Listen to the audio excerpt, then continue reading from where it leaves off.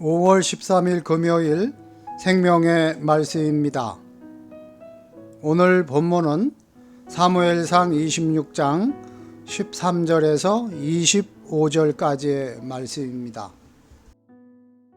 이에 다윗이 건너편으로 가서 멀리 산꼭대기에 서니 거리가 멀더라. 다윗이 백성과 넬의 아들 아브넬을 대하여 외쳐 이르되 아브넬아, 너는 대답하지 아니하느냐? 하니 아브넬이 대답하여 이르되 왕을 부르는 너는 누구냐? 하더라. 다윗이 아브넬에게 이르되 네가 용사가 아니냐? 이스라엘 가운데 너 같은 자가 누구냐? 그러한데 내가 어찌하여 내 주 왕을 보호하지 아니하느냐? 백성 가운데 한 사람이 내 주 왕을 죽이려고 들어갔었느니라. 내가 행한 이 일이 옳지 못하도다. 여호와께서 살아계심을 두고 맹세하노니 여호와의 기름 부음 받은 너희 주를 보호하지 아니하였으니 너희는 마땅히 죽을 자이니라. 이제 왕의 창과 왕의 머리 곁에 있던 물병이 어디 있나 보라. 하니 사울이 다윗의 음성을 알아듣고 이르되 내 아들 다윗아, 이것이 내 음성이냐? 하는지라. 다윗이 이르되 내 주 왕이여, 내 음성이니이다. 하고 또 이르되 내 주는 어찌하여 주의 종을 쫓으시나이까? 내가 무엇을 하였으며 내 손에 무슨 악이 있나이까? 원하건대 내 주 왕은 이제 종의 말을 들으소서.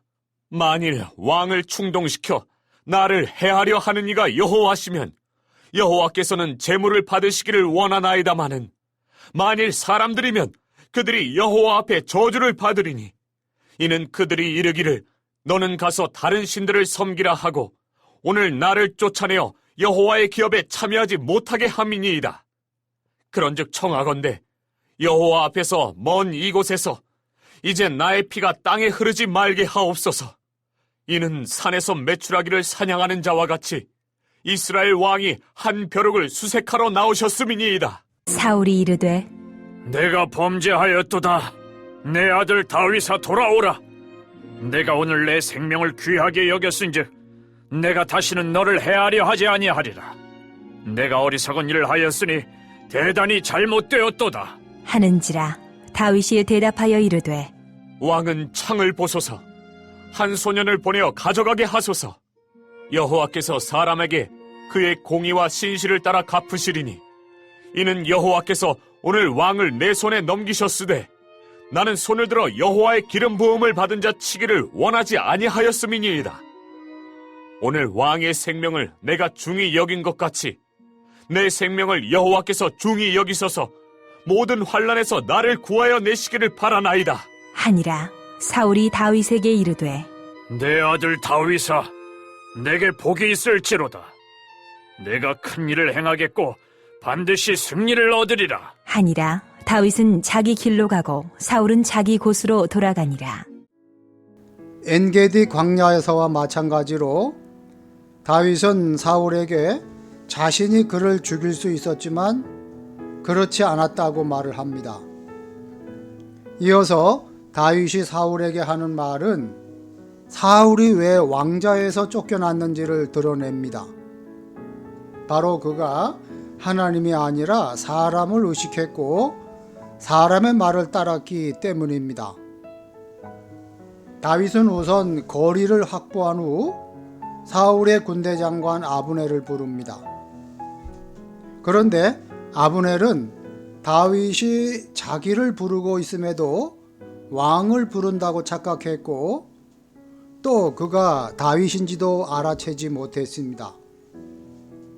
군대 장관으로서 아브넬의 능력이 의심되는 장면입니다. 다윗도 아브넬이 다윗을 수행하는 군대 장관 역할을 제대로 감당하지 못했음을 지적합니다.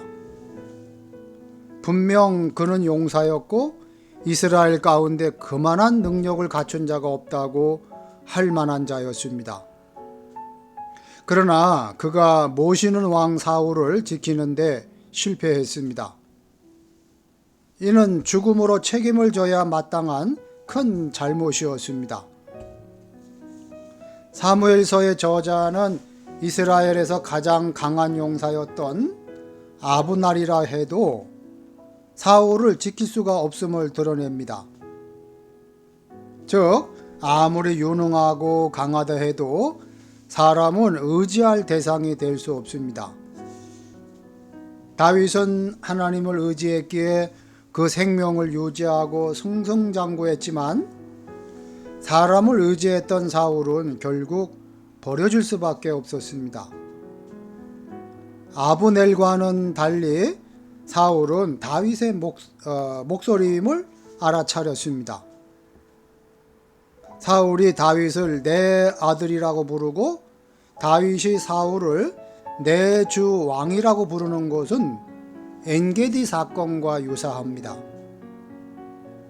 다윗은 사울이 하나님의 말씀을 따라 자기를 해하려는 것이라면 자기가 죽어 하나님께 제물로 바쳐져야 옳겠지만 사람의 말을 따르는 것이라면 그들이 저주를 받아야 한다고 말을 합니다. 실제로 사울은 쉽 사람들의 말을 듣고 다윗을 찾아 나선 것이므로 다윗이 지적한 대로 사람의 말을 따라 움직인 것입니다. 다윗은 사울이 사람들의 말을 따라 무가치한 일을 하고 있다며 자기를 죽이려는 시도를 그만두라고 말을 합니다. 사울은 다윗을 잡으려 한 것은 오히려 자신의 죽음을 재촉하게 되었습니다. 하나님의 말씀을 고려하지 않고 사람을 의지하고 사람의 말을 듣는 것은 패망의 길임을 깨달아야 합니다. 사울은 자기가 잘못했다고 고백하고 다윗에게 돌아오라고 다시는 그 생명을 해하려 하지 않겠노라고 말을 합니다. 그러나 사울의 말을 완전히 믿을 수도 없고 그가 또 어떻게 변할지 알 수 없었던 다윗은 창을 돌려주면서 하나님의 뜻이 어디에 있는지를 밝히고 있습니다. 하나님은 사울의 생명을 다윗의 처분 아래 두셨습니다. 아무리 사울이 다윗을 해하려 해도 하나님이 다윗의 편에 서 계시기에 다윗을 해할 수 없었습니다. 다윗은 자기가 사울의 생명을 중히 여겼듯 하나님도 자기 생명을 중히 여겨주시기를 기도한다고 말하는데 이는 자기 생명을 사람이 아니라 하나님께 맡긴다는 고백입니다. 이렇듯 하나님을 의지했던 다윗은 그를 죽이려 했던 사울에게 축복을 받으며 떠날 수 있었습니다.